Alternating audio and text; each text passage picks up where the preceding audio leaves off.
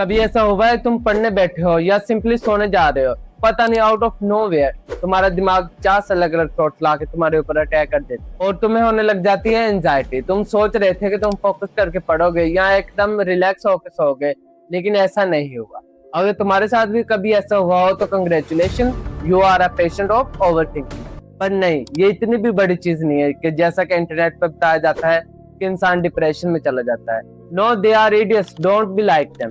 इस वीडियो में मैं ओवरथिंकिंग को सर्जिकली डायसेक्ट करूंगा।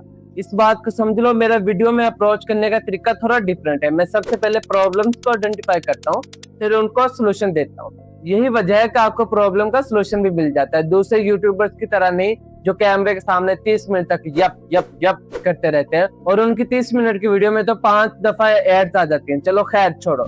ओवर थिंकिंग दो चीजों का मिक्सचर है। First one is lack of focus and second one is uncertainty. This is me Mohammad कास्ट। I help young people and teenagers to reach their full potential. देखो, इस video में हम इन दोनों चीजों को सर्जिकली डिस्ट्रॉय करेंगे।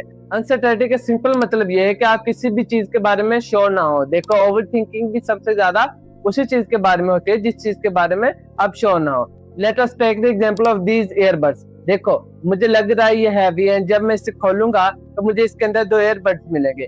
मुझे ये फील हो रहा है और मैं इसके बारे में सर्टन हूँ, श्योर हूँ, तो जब मैं इन्हें ओपन करूंगा तो मुझे इसके अंदर देखो ये 2 ईयरबड्स मिले।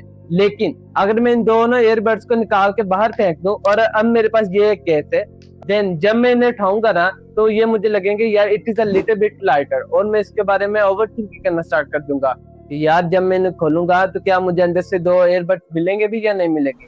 दिस इज द थिंग, जब आप किसी चीज के बारे में सर्टन नहीं होते तो आपको ओवरथिंकिंग होना स्टार्ट हो जाती है। देखो, तुम जिस चीज को लेकर सर्टन होते हो ही नहीं सकता तुम्हें इस चीज के बारे में ओवरथिंकिंग हो। देखो, अगर तुम अपनी गर्लफ्रेंड या बॉयफ्रेंड के बारे में 100% श्योर हो, देखो of course there is always a chance. देखो, अब जगना मत स्टार्ट कर देना। There is always a chance कि कुछ गलत हो जाए या कुछ और हो जाए, नॉन नेसेसरली चीटिंग। लेकिन अगर तुम अपने पार्टनर के बारे में 100% श्योर हो तो तुम्हें ओवरथिंकिंग हो ही नहीं सकती। देखो, अनसर्टेनिटी हमारा पहला स्टेप होने वाला है, from being uncertain to certain. देखो, अनसर्टेनिटी जो होती है ना वो आपको लाइफ को ब्यूटीफुल बनाती है।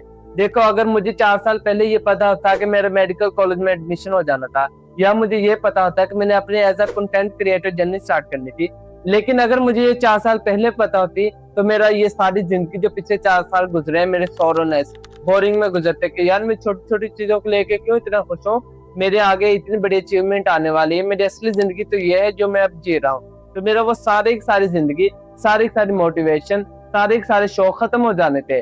देखो, अब जो मैं लाइन बोलने जा रहा हूँ ये इस वीडियो की सबसे जानदार लाइन है।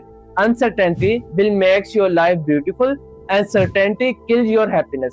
देखो, जब आपको पहले चीजों का पता हो ना तो आपका आगे जिंदगी में मकसद खत्म हो जाता है। आप किसी भी चीज के लिए कोशिश नहीं करते, आप स्ट्रगल नहीं करते। अगर तुम अपने गोल्स या अचीवमेंट को लेकर अनसर्टेन हो तो ये अलग चीज है।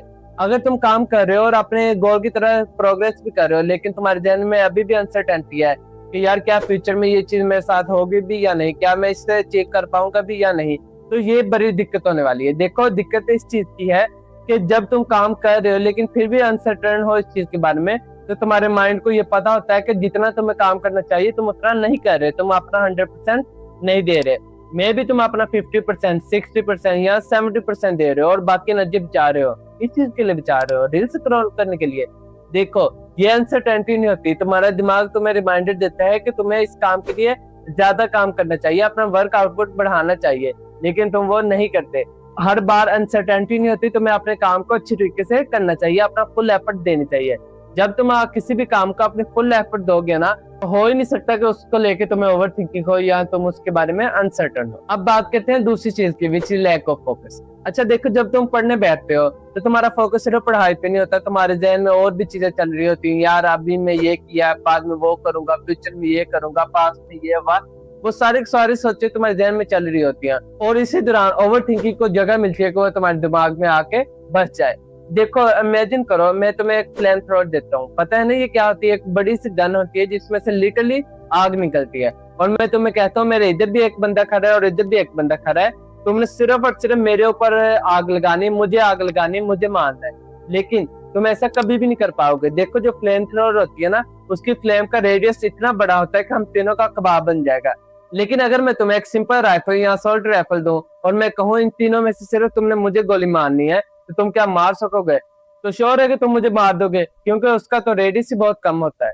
अच्छा देखो, जब तुम्हारे जहन के अंदर मुख्तलिफ तरह की डिस्ट्रैक्शंस होती है ना, इधर से ख्याल, इधर से ख्याल, इधर से ख्याल, तो तुम्हारे अंदर ओवर थिंकिंग आती है, तो तुम किसी भी चीज पे फोकस नहीं कर पाते। तो बेहतरीन हल यही है कि आप इन डिस्ट्रैक्शंस को हल करो, आप इन डिस्ट्रैक्शंस को खुद से दूर करो, फोकस को एनहांस करो, और ये जो आपकी ओवर थिंकिंग है ना, इसको तबाह बर्बाद कर दो। और जब ये सब तुम कर लोगे, you will see over thinking is dead. You thank me later.